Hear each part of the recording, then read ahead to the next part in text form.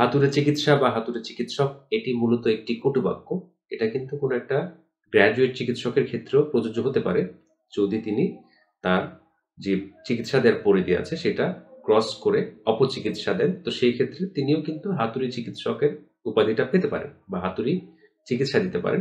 Same ভাবে যারা DMF বা ম্যাটস আছেন, তারা যদি তাদের যে কর্মপরিধি আছে সেটা যদি ক্রস করে দেখা যায় বাড়তি কোনো চিকিৎসা দিতে যায়, সেটা কিন্তু অপচিকিৎসা হবে।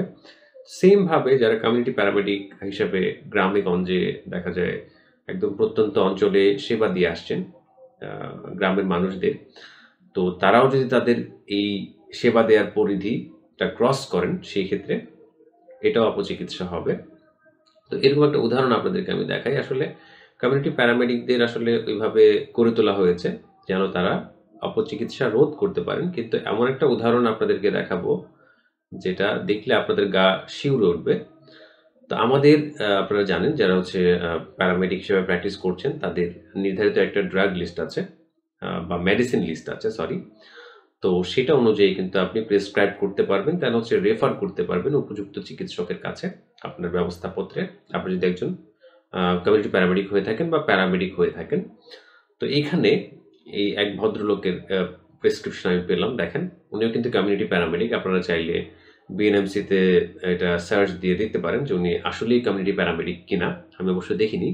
তো এখানে দেখেন খুব ভয়ঙ্কর একটা ব্যাপার। মানে আজকে চেম্বার যখন আমি করতে গেলাম তখন দেখলাম যে একটা পেশেন্ট এসেছেন, মানে 2 গ্রামের হচ্ছে আপনার সেফট্রাক্সন ইনজেকশন। তো ভাবলাম যে কোনো গ্র্যাজুয়েট চিকিৎসকই তো অবশ্যই দেবে, কারণ এটা তো দেখা যায় এমবিবিএস, ন্যূনতম এমবিবিএস ছাড়া তো আর এই চিকিৎসাটা কেউ করতে পারবে না। তো পরে প্রেসক্রিপশন দেখে হচ্ছে আমার চক্ষু স্থির। মানে একজন কমিউনিটি প্যারামেডিক কিভাবে এই কাজটা করতে পারে। এই যে দেখেন আমি দেখাচ্ছি ব্যবস্থাপত্রটা, খুব সুন্দরভাবে দেখে নেন। এখানে আসলে গোপন করার কিছু নাই। উনিও যদি এই ভিডিওটা দেখে থাকেন উনি যেন সাবধান হয়ে যান, এই ধরনের কাজ যেন নেক্সটে না করেন। এটাই হচ্ছে এই ভিডিওটার উদ্দেশ্য।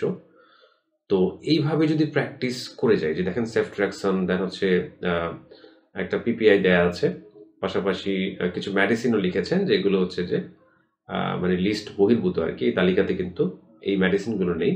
ইভেন ডিএমএফরা পর্যন্ত এই সাহসটা করে না। বাট একজন কমিউনিটি প্যারামেডিক হওয়ার পরে উনি ওর প্রেসক্রিপশন আকারে মানে একদম এভিডেন্স দিয়ে দিয়েছে পেশেন্টকে যে আমি আপনাকে এই অপচিকিৎসাটা দিচ্ছি। অপচিকিৎসার একদম সার্টিফিকেটটা পেশেন্টের হাতে দিল। কিন্তু গ্রামের মানে সহজ সরল মানুষ, তো সেখানে আমি বললাম যে আমিও তো একজন কমিউনিটি প্যারামেডিক, বাট হচ্ছে এই ধরনের চিকিৎসা দেওয়ার তো আমাদের মানে নাই, অনুমতি নাই, এটা কেন উনি দিল? তো আমি চাচ্ছিলাম যে ওনার সাথে কথা বলার জন্য, বাট আমি ওনাকে ফোনে পাইনি।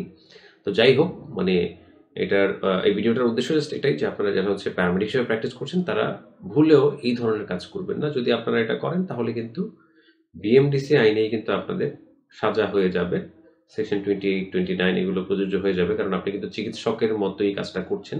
মানে যে কাজটা আপনার করার অনুমতি নাই সেটা করছেন। তো এখানে দেখেন ডিএমএফ বা ম্যাটসদের অসুবিধাটা এখন চলছে। তারা মানে তাদের মানে যে স্কোপ আছে সেটার বাইরে গিয়ে চিকিৎসা দেয়া, দেন হচ্ছে ডাক্তার লিখা নিয়ে একটা মানে কন্ট্রোভার্সি আছে।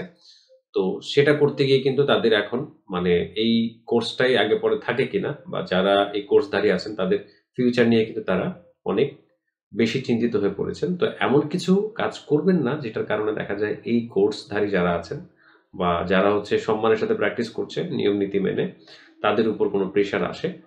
তো এই বিষয়গুলো মাথায় রেখে অবশ্যই যারা প্যারামেডিক হিসেবে প্র্যাকটিস করছেন তারা সাবধান হয়ে যাবেন। আদারওয়াইজ যেই বিধানটা Bangladesh medical and dental council 2010-এর আইনে আছে সেটা কিন্তু আপনার ক্ষেত্রেও প্রযোজ্য হয়ে যাবে। কমপক্ষে 3 বছরের জেল, দেন 3 লক্ষ টাকা জরিমানা, এরকম একটা বিধান মেবি আছে। তো এই ধরনের ভুল মানে করা উচিত না। আর যারা করছেন তারা অ্যাটলিস্ট মানে আল্লাহর ওয়াস্তে এই ধরনের কাজ থেকে বিরত থাকবেন।